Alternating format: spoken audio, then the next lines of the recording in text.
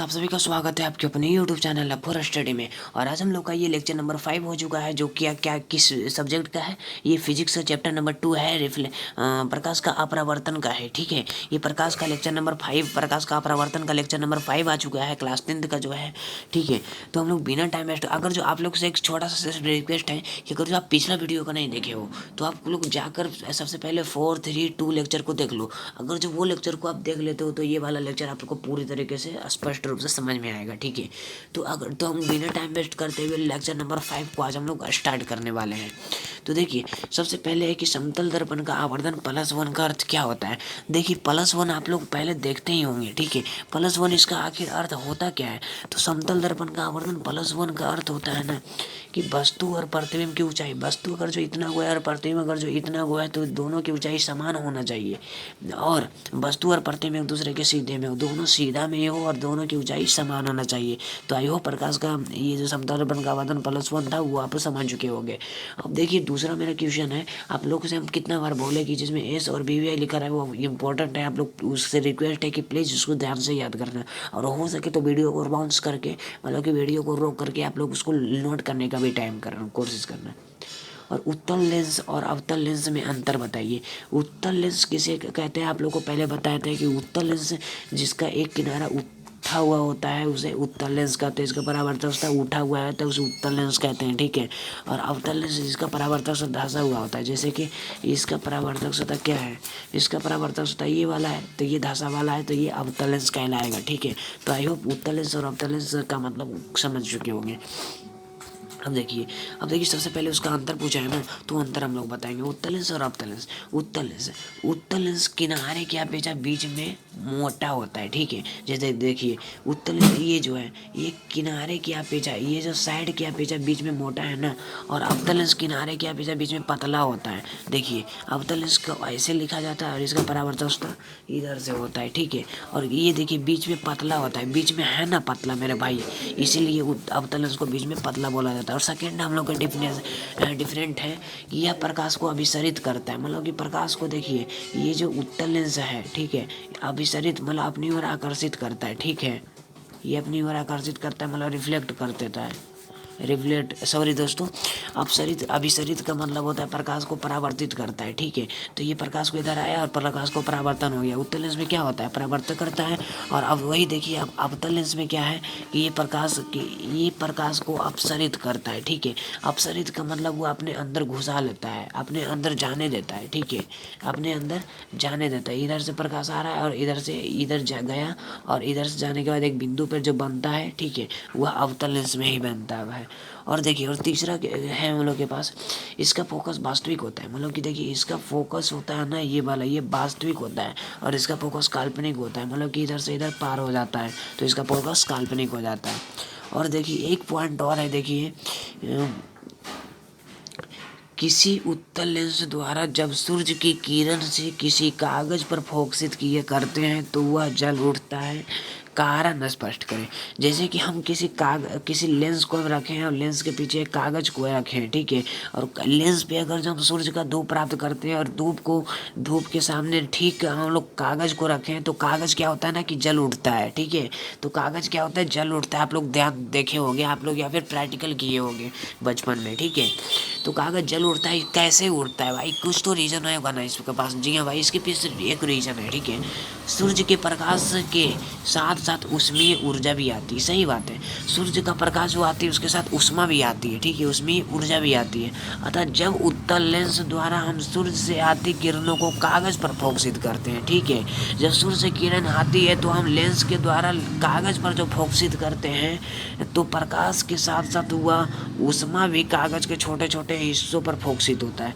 तो प्रकाश जो इस पे फोकस हो रहा था लेंस पे, लेंस के साथ साथ छोटा छोटा जो होता है ना, एक छोटा छोटा भाग जो होता है इस पे, मतलब कि कागज पे भी फोकसित होता है, जिससे कागज का हिस्सा जल पड़ता है। और देखिए जैसे ही जल पड़ता फोकसित होता है ना तो वो जल पड़ता है। अब देखिए हम आपको बताते हैं। देखिए क्या था कि सूर्य के प्रकाश के साथ साथ ऊष्मा भी आती है।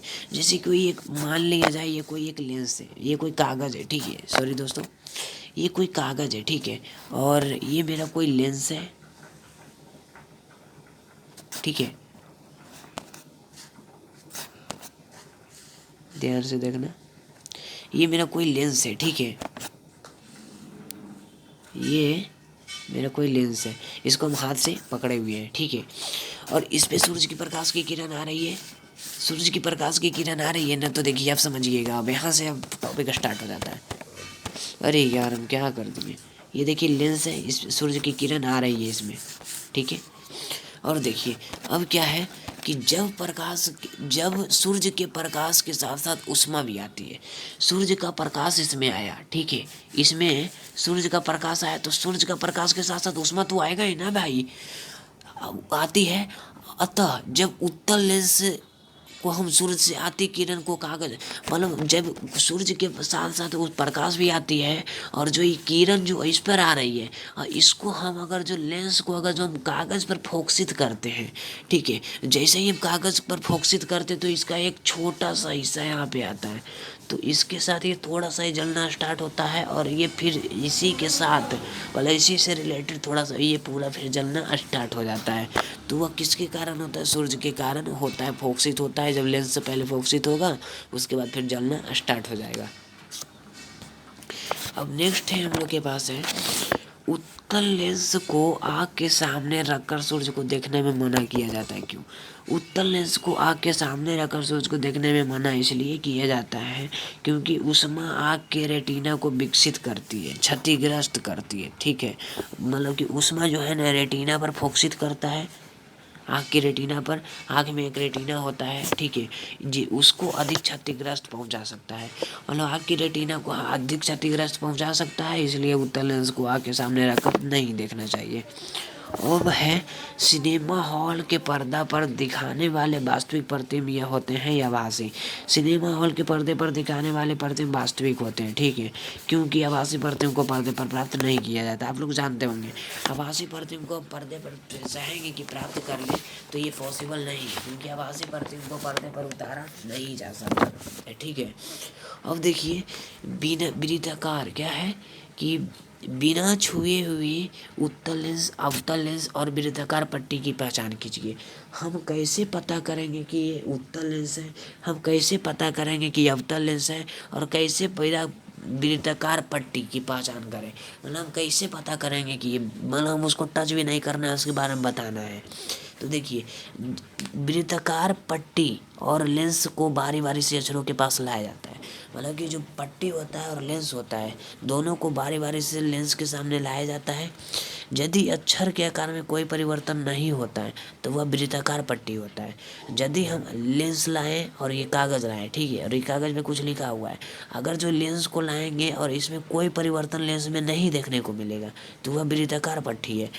और यदि आकार के बड़ा हो जाता है तो उत्तल लेंस है, और जैसे ही हम लाएं और आकार में बड़ा हो गया, ठीक है, आकार में बड़ा हो गया तो फिर क्या है, ये एक उत्तल लेंस है। और देखिए, और तीसरा है कि यदि आकार छोटा हो जाता है तो अवतल लेंस होता है, मतलब कि आकार अगर जो बड़ा हो जाएगा तो उत्तल लेंस होगा, छोटा हो जाएगा तो अवतल लेंस होगा, और अगर जो कोई परिवर्तन नहीं होगा तो वो वृत्ताकार पट्टी होगा। तो दोस्तों आज का वीडियो इस टॉपिक पे थे, और हमसे उम्मीद है कि आप लोगों को पूरी तरह से समझ में आया होगा। अगर जो समझ में आया होगा और आप चैनल पे नए हो तो चैनल को सब्सक्राइब करके नोटिफिकेशन को ऑल कर लो। और इसी प्रकार से, और इसमें एक बात बता देते हैं कि इसमें फ्री ऑफ कॉस्ट में पढ़ाई किया जाता है, ठीक है। इसमें क्लास 2 में क्लास 10 का स्टार्ट होने वाला है, ठीक है, जो कि एकदम मतलब फ्री ऑफ कॉस्टली पढ़ाया जाएगा। अगर जो आप चैनल पे नए हो तो चैनल को सब्सक्राइब कर लो और वीडियो को लाइक कर दो।